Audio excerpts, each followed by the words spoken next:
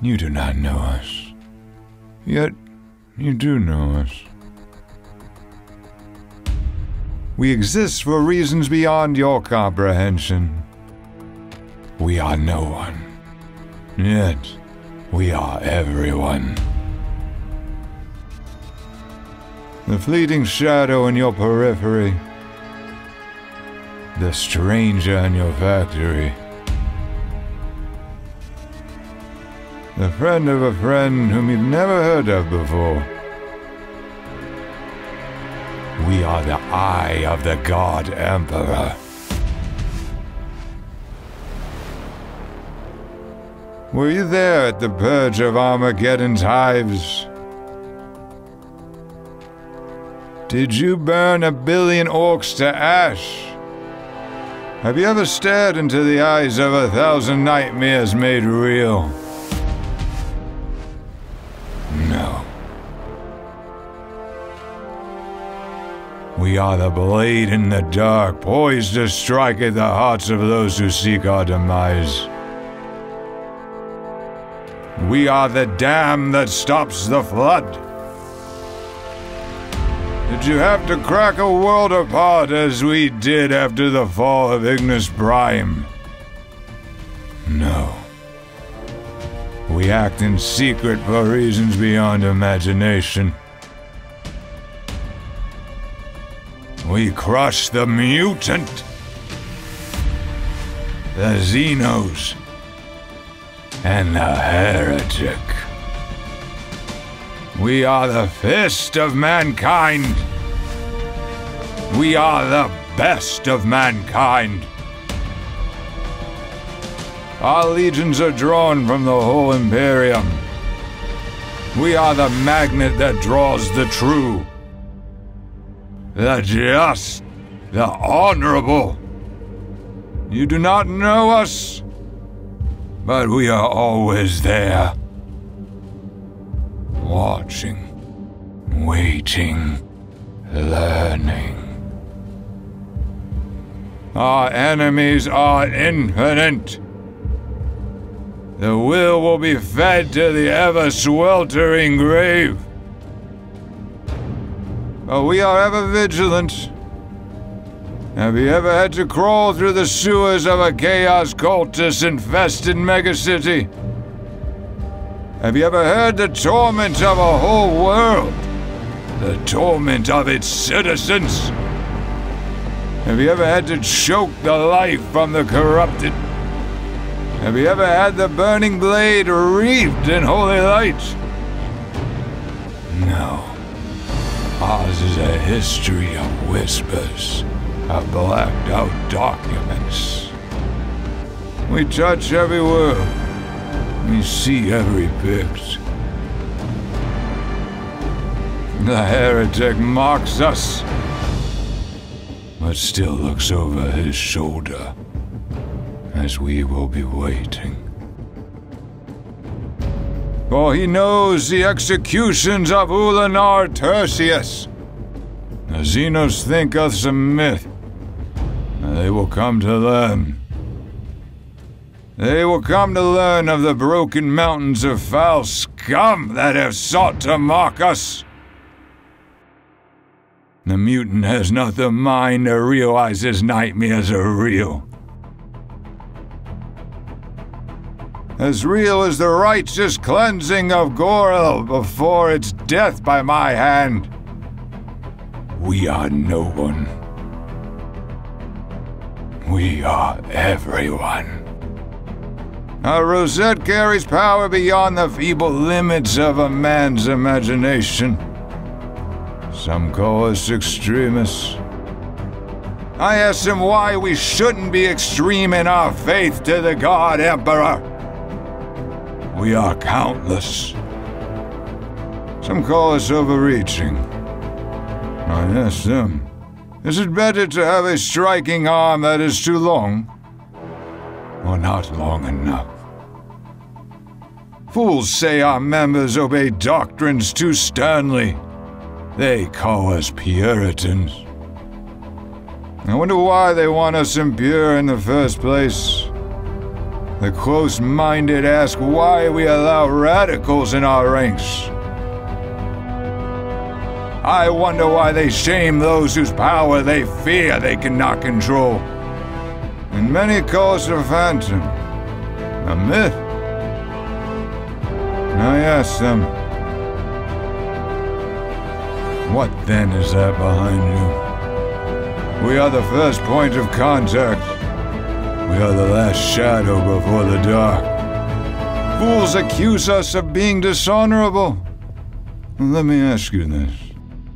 What value has honor when you're the last living being standing before a mountain of a trillion corpses? Do not listen to them. Listen to us instead. Listen to the tales of worlds beyond count that have been saved. Listen to the cries of billions who, thanks to us, live in peace. Listen to the wailing newborns in 1 million Medicare units who have been born thanks to our ever-waging war.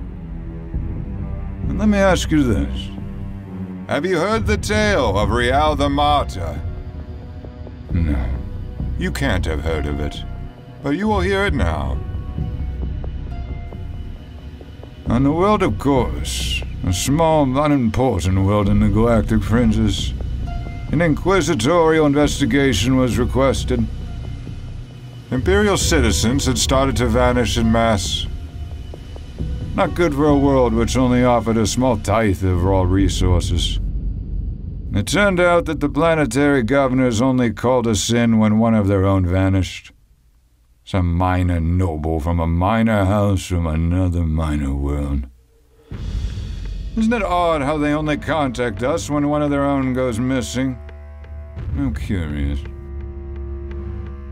A team led by an Inquisitor who shall not be named landed on world and began their investigations. Rael Vanguard led the small squadron as a captain, no small rank in our organization. He and his squad began baseline investigations. They infiltrated the manufactorums, the Ministorm, and of course, the criminal underbelly. It's always the criminals who know the most. They have ears everywhere. And how the corrupted love whispering when they think no one is listening. Was the squad successful? Of course it was. Was the squad uncovered? Of course it wasn't. It took 2 months for the crew to ingratiate themselves on world. They discovered that a gang had stupidly called themselves the Quartet. They'd been kidnapping people and selling them to a low-level manufactorum line manager. The manager was then using them in some hitherto unknown scheme. Another month and Riel and his team had found out what had happened to the captured souls. They were being forced to work in an underground factory creating armor for vehicles. It doesn't sound too bad, does it? No, wrong. The armor, as it happens, was being hauled off-world. Hauled off-world to be sent to other worlds and added to vehicles. Vehicles which were built in full and sold for profit to Xenos and traitor forces. Riel was horrified that Imperial labor, energies, and resources were being used to create such blasphemies. But once again, we are the knife first, then the hammer. Riel had spent another 4 months on world. His squad infiltrating as high in their various organizations as they could. The corruption ran deep, and it always does. 138 individuals were identified across 3 worlds. 138 cowardly, profit-obsessed scum. We cannot say with certainty how many souls they fed into the traitorous manufactories. But I can say that Riel ordered additional support from the Inquisition. And what support it was. 3 Inquisition cruisers sped to the world, their guns training on various high-value targets. 12,000 soldiers inserted under the command of Riel. No, the horror they sown. The command squad already on world began by doing what they did best. They cut the head from the snake in the dead of night. Riel and his 4 agents suited up and with valor in their hearts and justice in their fist, began. First, they smothered a planetary lord in his bed. He had profited the most, hiding the Cabal's earnings. Secondly, they detonated a charge in the command towers of the Manufactorum's residency block, killing a dozen shift chiefs and kidnappers in holy fire. Third, a communications block was raided by Riel and 2 others, killing everyone within. By the time the soldiers had landed, Riel and his squad had killed hundreds of the traitors. One was allowed to escape off-world with his family. He led us to another world. He led us to a hub block located above a manufactory unit. The warship, the Silver Star, fired on the block from orbit, turning it to gray paste and melted slag. Along with all those fools within. I wish I could tell you that Riel and the squad lived. But, as they are often fated to do, these heroes fell in the throes of war. In a last desperate moment, the remaining on-world cultists activated a hidden final blasphemy. From the rubble of a hab unit clawed forth the cursed, corrupted form of a defiler. Fueled by innocent souls, fed on the blood of Imperial saints and turned against the Emperor's most faithful. The machine ripped through the city, murdering countless thousands, drinking their pain and fear. As the sun began to rise on Chorus, Riel made his stand and issued a challenge.